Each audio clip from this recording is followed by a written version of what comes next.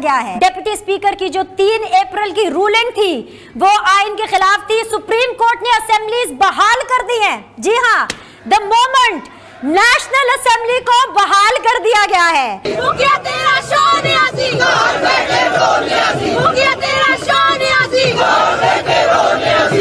और chief justice of Pakistan ने एक बड़ी क्लियर लाइन दी है।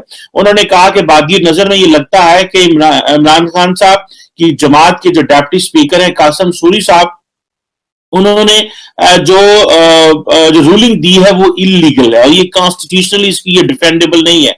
ये बहुत बड़ा धचका जो है इमरान खान साहब की जमात को लगा।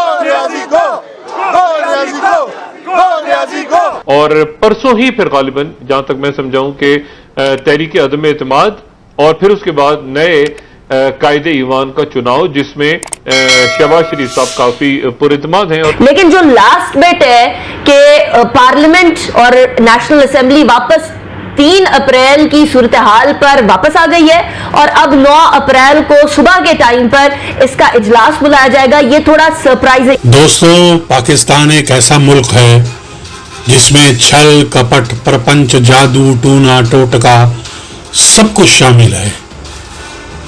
एक ऐसा मुल्क जो जादू मंत्र से प्रधानमंत्री चलाना चाहते हैं, जो दुनिया में जहां भी जाते हैं वो जादू मंत्र के भरोसे ही बैठे रहते हैं। वो ऐसे शख्स हैं जो फौज के तलवे भी चाटते हैं और फौज के आगे अपना सर झुकाकर उसके हर हुक्म को मानते हैं और फिर बाद में सर पकड़कर रोते हैं, क्योंकि पाकिस्तान की फौज किसी की नहीं है, वो किसी की सगी नहीं है। पाकिस्तानी फौज में तभी ये एक अनबन हो गई थी जब इमरान खान ने जो है नदीम अंजुम को पाकिस्तान का ISI का चीफ बनाने से इनकार कर दिया था। उसके बाद तालिबान के यहाँ जो उन्होंने मुंह की खाई उससे सारा मामला ही बिगड़ गया।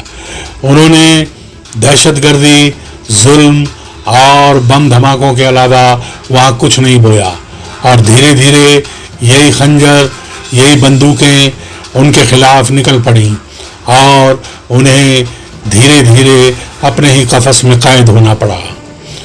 उन्होंने इस्लामोफोबिया के नाम से UN में भी बहुत शोर मचाया और उसके बाद उन्होंने ये भी कहा कि इससे मुसलमान बदनाम हो रहे हैं। उन्होंने वहाँ के स्पीकर जो हैं उन पर भी तहमत लगाई। इमरान खान नियाजी साहब ने अपनी तकरीर के आगाज में कहा कि ऑपोजिशन को इस इजलास की अहमियत का एहसास नहीं। जनाब स्पीकर, हम तो सुबह यहाँ पर 11 बजे के बैठे हैं और वजीर आजम अब तशरीफ लाते हैं।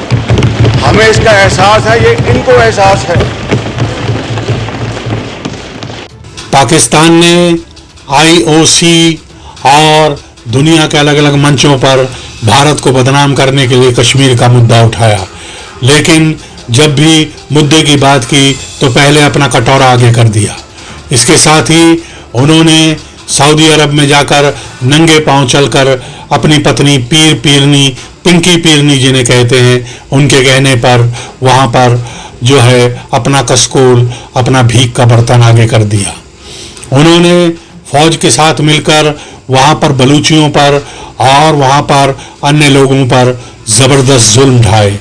उन्होंने आज भारत की तारीफ की, मोदी की तारीफ की, जबकि RSS को उन्होंने थोड़ा सा कोसा।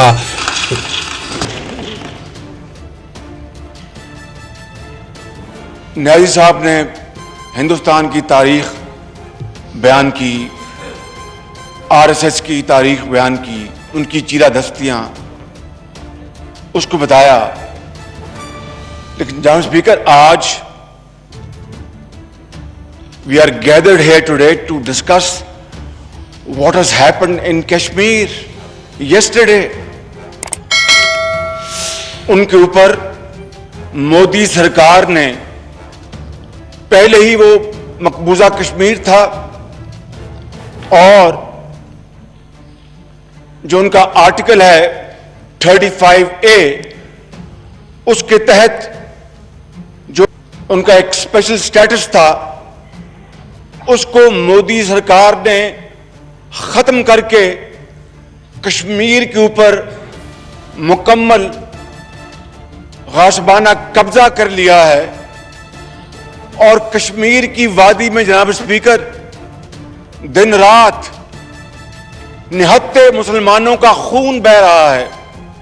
जनाब वाला, हमने इजलास जो मौखिर किया टाइम गेन करने के लिए नहीं, हमारे कुछ मोअज़्ज़िज़ मेंबरान थे, उनकी कुछ सवालात थे, उनकी कुछ तशनीगी थी, उस तशनीगी को दूर करने के लिए उन्होंने मजीद वक्त मांगा और हमने उनको वक्त दिया, हमने उनको ब्रीफिंग्स दी, हमने उनको डेमोन्स्ट्रेशंस दिए, हमने उनको कायल किया, दलाइल से कायल किया, और जब वो दलाइल से कायल हुए तो आज अल्लाह के फजल करम से वो इन सफ़ों में मौजूद बैठे हैं। जनाब वाला, मैं ये भी अर्ज करता चलूँ, आपने फरमाया रियासत मदीना, बिल्कुल हो सकता है आप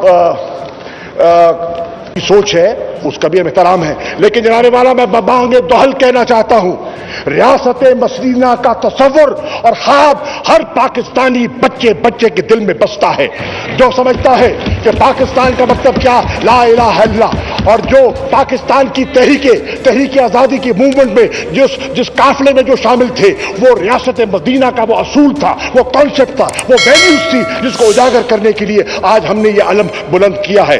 वो स्टेट ऑफ मदीना की बात करते रहे, मैं तो बड़ा गुनाहगार हूं, स्टेट ऑफ मदीना की बात करना जनाब स्पीकर बड़ा डर लगता है, बात करना और स्टेट ऑफ मदीना की मिसाल देना।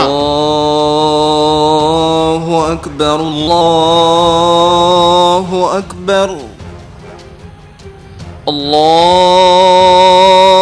अल्लाहु अकबर, अल्लाहु अकबर। एक पाकिस्तान के स्पीकर साहब हैं जो कहते हैं मैं इमरान खान का दोस्त हूं, मैं उसे धोखा नहीं दे सकता, इसलिए मैं नो कॉन्फिडेंस के वोट जो हैं वो नहीं डलवाऊंगा और असेंबली ऐसे ही चलेगी। ये एक ऐसा मुल्क है जिसकी दुम को अगर आप 12 साल भी बोतल में रखेंगे और उसके बाद निकालेंगे तब भी वो टेढ़ी की टेढ़ी ही निकलेगी।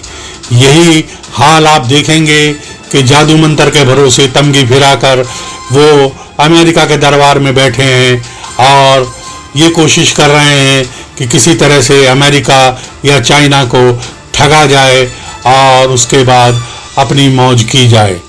वो बिना बताए रशिया पहुंच जाते हैं और वहां जाकर एक प्रेसिडेंट के सर पर मुसल्लत हो जाते हैं। अब वो क्या करें? उन्होंने यहाँ जो जंगजू पैदा किए हैं, उन्होंने यहाँ पर वो कोहराम मचाया हुआ है जिससे कि छोटे छोटे जो धर्म के लोग हैं, चाहे वो शिया हों, अहमदिया हों, हिंदू हों, सिख हों, उन सब की जान को बनाई है। हर जगह धमाके हैं, हर जगह बम का शोर है और लोगों का कत्लेआम किया जा रहा है। इस बात को कोई नहीं देख रहा।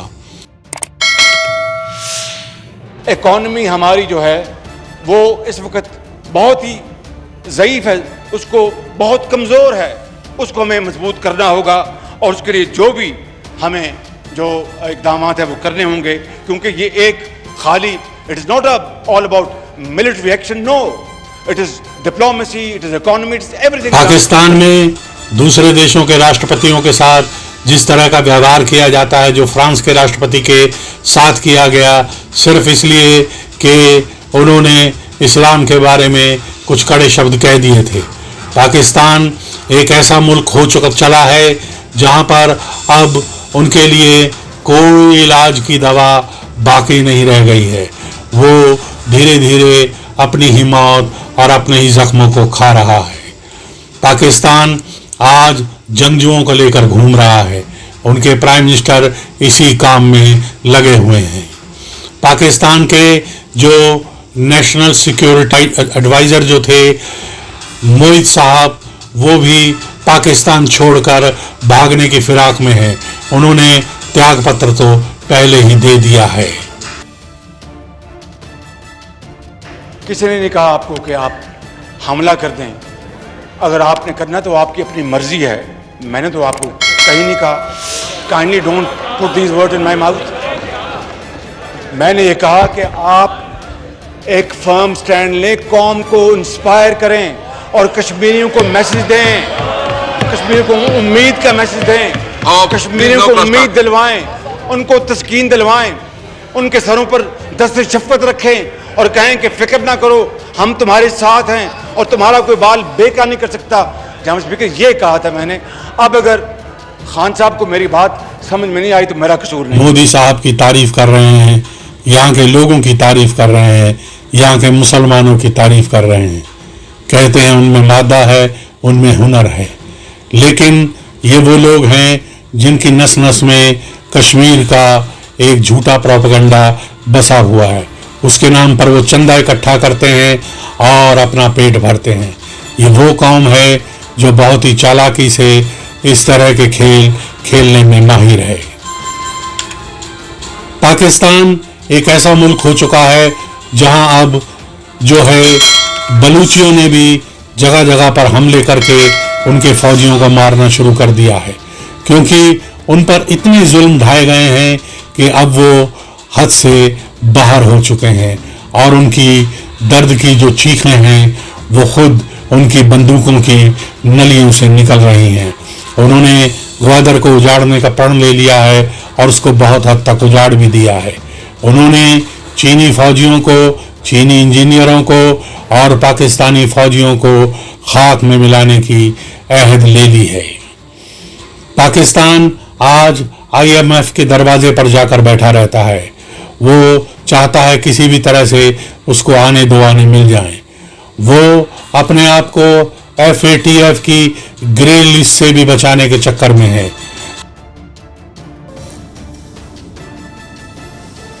ये सरप्राइज जो है वो खान साहब का, आपको याद होगा धरने में क्या कहते थे, कल बताऊंगा मैंने क्या करना है, फिर अगले दिन बताऊंगा मैंने क्या करना है। ना इनके पास कोई हिकमत अमली है, क्योंकि इनका करप्शन का बयानिया, मदीना पे सियासत का बयानिया, फिर अमर बिल मारूफ और उसके बाद ये जाली खत की जो साजिश है ये बेनकाब हो चुकी है। क्योंकि आज सबसे इम्पोर्टेंट बात, आवाम इनसे 1 करोड़ नौकरी, 50 लाख घर, महंगाई खत्म करना, करप्शन खत्म करना के तमाम दावों के ऊपर सवाल कर रही है, जो जवाब पाकिस्तान में आजकल आप देखेंगे एक जबरदस्त ड्रामा चल रहा है। वहां पर नो कॉन्फिडेंस वोट लाया जा रहा है, लेकिन इमरान खान इधर उधर मुंह छुपाए भागते फिर रहे हैं। वहां पर पार्लियामेंट को पुलिस और बख्तरबंद गाड़ियों ने घेर लिया है। इमरान खान के पास 133 के करीब वोट बताए जाते हैं, जबकि दूसरी पार्टी जो है अपोजिशन, उसके पास 199 वोट हैं, और जबकि इमरान खान के पास कुल वोट जो हैं 142 बताए जाते हैं। उनका हारना तय है, इसीलिए वो आज अपना मुंह छुपाए किसी न किसी बहाने से इधर उधर भाग रहे हैं। कहते हैं कि पाकिस्तान जो है नो कॉन्फिडेंस वोट को आगे ना लाकर 174-0 से इस मुकदमे को, इस नो कॉन्फिडेंस को हार जाना चाहता है। दूसरी तरफ विपक्ष जो है वो खुशियां मना रहा है। उन्हें पता है कि अब इमरान खान के दिन बहुत ही कम है। इमरान खान एक बहुत ही बड़बोला और बदतमीज किस्म का प्राइम मिनिस्टर रहा है।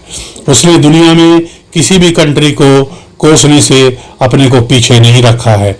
उसने अमेरिका तक पर यह इल्जाम लगा दिया है कि उसने उसकी सरकार को गिराने में साजिश की है। दूसरी तरफ आज जो है इमरान खान के जाने के बाद जो है शहबाज शरीफ नए प्रधानमंत्री के रूप में उभर रहे हैं और सारी अपोजिशन पार्टी उनका चयन पर जो है जल्दी ही मोहर लगाने वाली है। कहते हैं कि नवाज शरीफ भी जल्द ही अब पाकिस्तान का रुख करेंगे और यहाँ की सियासत को फिर से संभालेंगे। पाकिस्तान में आज इमरान ऐसे रथ को ढो रहे हैं, ऐसे खेल को खेल रहे हैं जिसका ना कोई अंत है, ना कोई सिरा।